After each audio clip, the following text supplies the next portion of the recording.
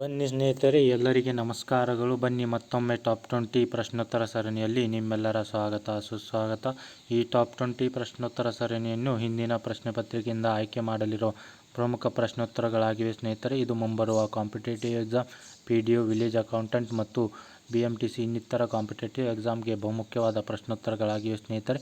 ಬನ್ನಿ ಸ್ನೇಹಿತರೆ, ನಾವು ಈಗ ಮೊದಲನೆಯ ಪ್ರಶ್ನೆ ಕಡೆಗೆ ಆರಂಭಿಸೋಣ. ಮೊದಲನೆಯ ಪ್ರಶ್ನೆ: ಕರ್ನಾಟಕದಲ್ಲಿ ಮೊದಲ ಬಾರಿಗೆ ವಿಸ್ಟಾಡೋಮ್ ಕೋಚುಗಳನ್ನು ಯಾವ ಮಾರ್ಗದಲ್ಲಿ ನಡೆಸಲಾಯಿತು? ಇದಕ್ಕೆ ಆಯ್ಕೆಗಳು: ಆಯ್ಕೆ ಎ ಮೈಸೂರು ಮತ್ತು ಹುಬ್ಬಳ್ಳಿ, ಆಯ್ಕೆ ಬಿ ಮಂಗಳೂರು ಮತ್ತು ಕಾರವಾರ, ಆಯ್ಕೆ ಸಿ ಕಾರವಾರ ಮತ್ತು ಶಿವಮೊಗ್ಗ, ಆಯ್ಕೆ ಡಿ ಯಶವಂತಪುರ ಮತ್ತು ಮಂಗಳೂರು. ಮೊದಲನೆಯ ಪ್ರಶ್ನೆಗೆ ಸರಿಯಾದ ಉತ್ತರ ಸ್ನೇಹಿತರೆ ಆಯ್ಕೆ ಡಿ, ಯಶವಂತಪುರ ಮತ್ತು ಮಂಗಳೂರಲ್ಲಿ ಕರ್ನಾಟಕದಲ್ಲಿ ಮೊದಲ ಬಾರಿಗೆ ವಿಸ್ಟಾಡೋಮ್ ಕೋಚುಗಳನ್ನು ಈ ಮಾರ್ಗದಲ್ಲಿ ನಡೆಸಲಾಯಿತು. ಬನ್ನಿ ಸ್ನೇಹಿತರೆ, ಎರಡನೆಯ ಪ್ರಶ್ನೆ ಕಡೆಗೆ.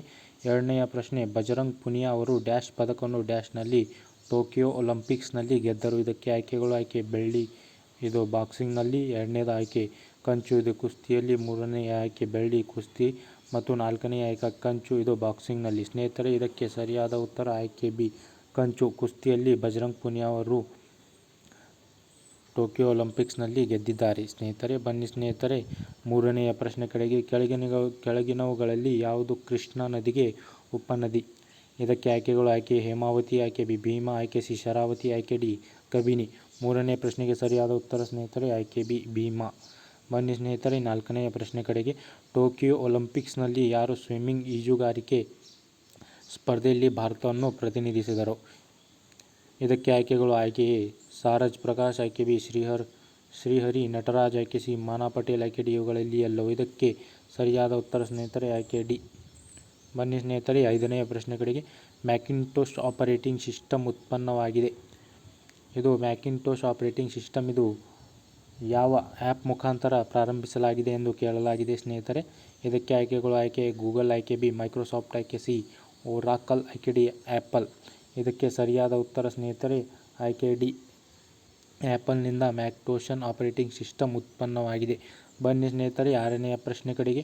ಒಂದು ಹೀಟರ್ ಕಾಯಿಲನ್ನು ಎರಡು ಭಾಗಗಳಾಗಿ ಕತ್ತರಿಸಿ ಮತ್ತು ಹೀಟರ್ನಲ್ಲಿ ಒಂದು ಭಾಗವನ್ನು ಬಳಸಿದರೆ ಉತ್ಪತ್ತಿಯಾಗುವ ಶಾಖವು ಆಯ್ಕೆ ಎ ದ್ವಿಗುಣವಾಗುತ್ತದೆ, ಆಯ್ಕೆ ಬಿ ಬದಲಾಗುವುದಿಲ್ಲ, ಆಯ್ಕೆ ಸಿ ನಾಲ್ಕನೇ ಒಂದು ಭಾಗದಷ್ಟು, ಆಯ್ಕೆ ಡಿ ಅರ್ಧದಷ್ಟು. ಆರನೇ ಪ್ರಶ್ನೆಗೆ ಸರಿಯಾದ ಉತ್ತರ ಸ್ನೇಹಿತರೆ ಆಯ್ಕೆ ಡಿ, ದ್ವಿಗುಣವಾಗುತ್ತದೆ. ಬನ್ನಿ ಸ್ನೇಹಿತರೆ, ಏಳನೆಯ ಪ್ರಶ್ನೆ ಕಡೆಗೆ. ಏಳನೆಯ ಪ್ರಶ್ನೆ: ನಕ್ಸಲೀಯರು ಮತ್ತು ನಕ್ಸಲಿಸಂ ಎಂಬ ಪದವನ್ನು 1967ರಲ್ಲಿ ದಂಗೆ ನಡೆದ ನಕ್ಸಲ್ಬಾರಿ ಎಂಬ ಹಳ್ಳಿಯ ಹೆಸರಿನಿಂದ ಪಡೆಯಲಾಗಿದೆ. ನಕ್ಸಲ್ಬಾರಿ ಹಳ್ಳಿಯು ಯಾವ ರಾಜ್ಯದಲ್ಲಿದೆ? ಇದಕ್ಕೆ ಆಯ್ಕೆಗಳು: ಆಯ್ಕೆ ಎ ಆಂಧ್ರಪ್ರದೇಶ, ಆಯ್ಕೆ ಬಿ ಜಾರ್ಖಂಡ್, ಆಯ್ಕೆ ಸಿ ಛತ್ತೀಸ್ಗಢ, ಆಯ್ಕೆ ಡಿ ಪಶ್ಚಿಮ ಬಂಗಾಳ. ಇದಕ್ಕೆ ಸರಿಯಾದ ಉತ್ತರ ಸ್ನೇಹಿತರೆ ಆಯ್ಕೆ ಡಿ, ಪಶ್ಚಿಮ ಬಂಗಾಳದಲ್ಲಿ 1967ರಲ್ಲಿ ನಡೆದ ದಂಗೆಯಲ್ಲಿ ನಕ್ಸಲ್ಬಾರಿ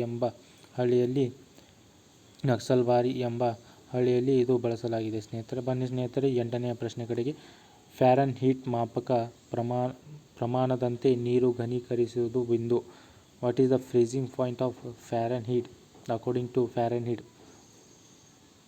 ಇದಕ್ಕೆ ಆಯ್ಕೆಗಳು: ಆಯ್ಕೆ ಎ 0 ಡಿಗ್ರಿ ಸೆಲ್ಸಿಯಸ್, ಆಯ್ಕೆ ಬಿ 32 ಡಿಗ್ರಿ, ಆಯ್ಕೆ ಸಿ 100 ಡಿಗ್ರಿ, ಆಯ್ಕೆ D 212 degree. According to Fahrenheit ಸ್ನೇಹಿತರೆ, ಇದಕ್ಕೆ ಸರಿಯಾದ ಉತ್ತರ ಆಯ್ಕೆ ಬಿ 32 ಡಿಗ್ರಿ ಫ್ಯಾರನ್ಹೀಟ್ನಲ್ಲಿ ನೀರು ಫ್ರೀಜಿಂಗ್ ಪಾಯಿಂಟ್ಗೆ ತಲುಪುತ್ತದೆ. ಮತ್ತು ಡಿಗ್ರಿ ಸೆಲ್ಸಿಯಸ್ದಲ್ಲಿ ಕೇಳಿದರೆ ಸ್ನೇಹಿತರೆ ಆಯ್ಕೆ ಎ 0 ಡಿಗ್ರಿ ಸೆಲ್ಸಿಯಸ್ನಲ್ಲಿ ನೀರು ಫ್ರೀಜಿಂಗ್ ಪಾಯಿಂಟ್ಗೆ ಬದಲಾಗುತ್ತದೆ. ಇದು ಡಿಗ್ರಿ ಸೆಲ್ಸಿಯಸ್, ಇದು ಡಿಗ್ರಿ ಫ್ಯಾರನ್ಹೀಟ್ ಸ್ನೇಹಿತರೆ. ಬನ್ನಿ ಸ್ನೇಹಿತರೆ, ಒಂಬತ್ತನೆಯ ಪ್ರಶ್ನೆ ಕಡೆಗೆ.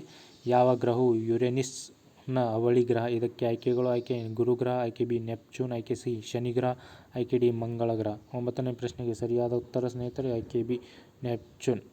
ಬನ್ನಿ ಸ್ನೇಹಿತರೆ, ಹತ್ತನೆಯ ಪ್ರಶ್ನೆ ಕಡೆಗೆ.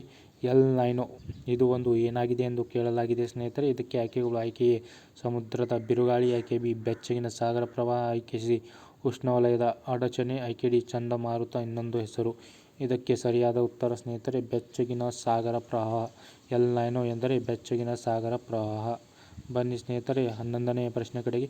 ಕೆಳಗಿನವುಗಳಲ್ಲಿ ಯಾವುದನ್ನು ಕೃತಕ ಮಳೆ ಬರಿಸುವುದಕ್ಕಾಗಿ ಉಪಯೋಗಿಸುತ್ತಾರೆ? ಇದಕ್ಕೆ ಆಯ್ಕೆಗಳು: ಆಯ್ಕೆ ಅಮೋನಿಯಂ ಕ್ಲೋರೈಡ್, ಆಯ್ಕೆ ಬಿ ಕ್ಯಾಲ್ಸಿಯಂ ಕಾರ್ಬೋನೇಟ್, ಆಯ್ಕೆ ಸಿ ಸಿಲ್ವರ್ ಅಯೋಡೈಡ್, ಆಯ್ಕೆ ಡಿ ಪೊಟ್ಯಾಷಿಯಂ ನೈಟ್ರೇಟ್. ಇದಕ್ಕೆ ಸರಿಯಾದ ಉತ್ತರ ಸ್ನೇಹಿತರೆ ಆಯ್ಕೆ ಸಿ ಸಿಲ್ವರ್ ಅಯೋಡೈಡ್ ಅನ್ನು ಕೃತಕ ಮಳೆ ಬರಿಸುವುದಕ್ಕಾಗಿ ಉಪಯೋಗಿಸುತ್ತಾರೆ. ಬನ್ನಿ ಸ್ನೇಹಿತರೆ 12ನೇ ಪ್ರಶ್ನೆ ಕಡೆಗೆ. ಕೆಳಗಿನವುಗಳಲ್ಲಿ ಯಾವುದು ವಿದ್ಯುತ್ ನಿರೋಧಕ ಉದಾಹರಣೆ? ಇದಕ್ಕೆ ಆಯ್ಕೆ. ವಿದ್ಯುತ್ ನಿರೋಧಕ ಎಂದರೆ ಸ್ನೇಹಿತರೆ ಯಾವುದೇ ವಸ್ತುವಿನ ಮೂಲಕ ವಿದ್ಯುತ್ತನ್ನು ಹರಡಲು ಕೊಡುವುದಿಲ್ಲ. ಇದಕ್ಕೆ ಆಯ್ಕೆಗಳು. ಆಯ್ಕೆ ಎ ವಜ್ರ, ಆಯ್ಕೆ ಬಿ ಪಾದರಸ, ಆಯ್ಕೆ ಸಿ ಕಬ್ಬಿಣ, ಆಯ್ಕೆ ಡಿ ಕ್ರೋಮಿಯಂ. ಎಲ್ಲ ಧಾತುಗಳು ಸ್ನೇಹಿತರೆ almost in a liquid form. ಇದಕ್ಕೆ ಸರಿಯಾದ ಉತ್ತರ ಸ್ನೇಹಿತರೆ ಆಯ್ಕೆ ಎ ವಜ್ರ. ಕೆಳಗಿನವುಗಳಲ್ಲಿ ವಜ್ರ ವಿದ್ಯುತ್ ನಿರೋಧಕ ಉದಾಹರಣೆಯಾಗಿದೆ. ಬನ್ನಿ ಸ್ನೇಹಿತರೆ 13ನೇ ಪ್ರಶ್ನೆ ಕಡೆಗೆ. ಕೆಳಗಿನವುಗಳಲ್ಲಿ ಯಾವ ಹೇಳಿಕೆಯು ತಪ್ಪಾಗಿದೆ? ಇದಕ್ಕೆ ಆಯ್ಕೆಗಳು. ಆಯ್ಕೆ ಬೆಳಕು ಶಬ್ದಕ್ಕಿಂತ ಹೆಚ್ಚಿನ ವೇಗದಲ್ಲಿ ಚಲಿಸುತ್ತದೆ, ಆಯ್ಕೆ ಬಿ ಬೆಳಕು ನಿರ್ವಾತ ಮೂಲಕ ಪ್ರಯಾಣಿಸಲು ಸಾಧ್ಯವಿಲ್ಲ, ಆಯ್ಕೆ ಸಿ ಬೆಳಕು ಸರಳ ರೇಖೆಯಲ್ಲಿ ಪ್ರಯಾಣಿಸುತ್ತದೆ, ಆಯ್ಕೆ ಡಿ ಇವುಗಳಲ್ಲಿ ಯಾವುದೂ ಅಲ್ಲ. ಇಲ್ಲಿ ತಪ್ಪಾದ ಆಯ್ಕೆ ಕೇಳಲಾಗಿದೆ ಸ್ನೇಹಿತರೆ. ಇದಕ್ಕೆ ಸರಿಯಾದ ಉತ್ತರ ಬೆಳಕು ನಿರ್ವಾತದ ಮೂಲಕ ಪ್ರಯಾಣಿಸಲು ಸಾಧ್ಯವಿಲ್ಲ. ಬನ್ನಿ ಸ್ನೇಹಿತರೆ 14ನೇ ಪ್ರಶ್ನೆ ಕಡೆಗೆ. 32 ಬಿಟ್ ವರ್ಡ್ ಕಂಪ್ಯೂಟರ್ನ ಒಂದು ಸಮಯದಲ್ಲಿ ಬೈಟ್ಸ್ಗಳನ್ನು ಪ್ರವೇಶಿಸುತ್ತದೆ.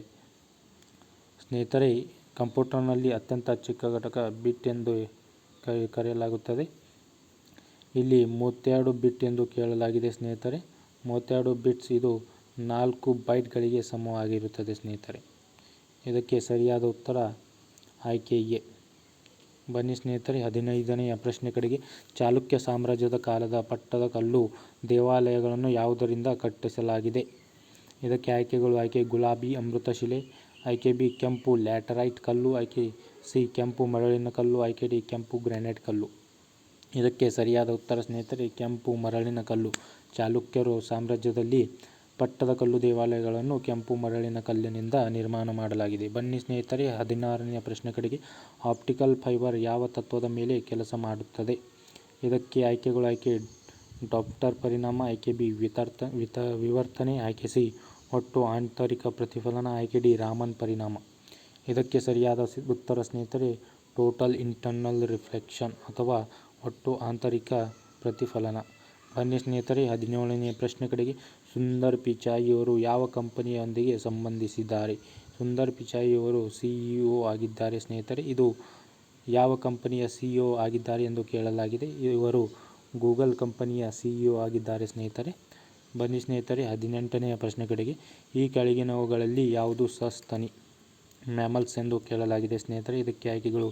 ಎಮು, ಆಯ್ಕೆ ಬಿ ವೇಲ್ ಅಥವಾ ತಿಮಿಂಗಲ, ಆಯ್ಕೆ ಸಿ ಡೈನೋಸಾರ್, ಆಯ್ಕೆ ಡಿ ಶಾರ್ಕ್. ಇದಕ್ಕೆ ಸರಿಯಾದ ಉತ್ತರ ಸ್ನೇಹಿತರೆ ಆಯ್ಕೆ ಬಿ ವೇಲ್. ಇದು ಒಂದು ಸಸ್ತನಿಯಾಗಿದೆ ಸ್ನೇಹಿತರೆ. ಬನ್ನಿ ಸ್ನೇಹಿತರೆ 19ನೇ ಪ್ರಶ್ನೆ ಕಡೆಗೆ. ಇವುಗಳಲ್ಲಿ ಯಾವುದು ನಿಜ? ಬೌದ್ಧ ಧರ್ಮದ ಸ್ಥಾಪಕರು ಗೌತಮ ಬುದ್ಧ. ಇದು ಸರಿಯಾಗಿದೆ ಸ್ನೇಹಿತರೆ. ಜೈನ ಧರ್ಮದ ಸ್ಥಾಪಕರು ಮಹಾವೀರ. ಇದು ತಪ್ಪಾಗಿದೆ ಸ್ನೇಹಿತರೆ. ಏಕೆಂದರೆ ಜೈನ ಧರ್ಮದ ಸ್ಥಾಪಕರು ಋಷಭನಾಥರು ಸ್ನೇಹಿತರೆ. ಇದಕ್ಕೆ ಸರಿಯಾದ ಉತ್ತರ ಸ್ನೇಹಿತರೆ ಆಯ್ಕೆ ಎ. ಬನ್ನಿ ಸ್ನೇಹಿತರೆ 20ನೇ ಪ್ರಶ್ನೆ ಕಡೆಗೆ.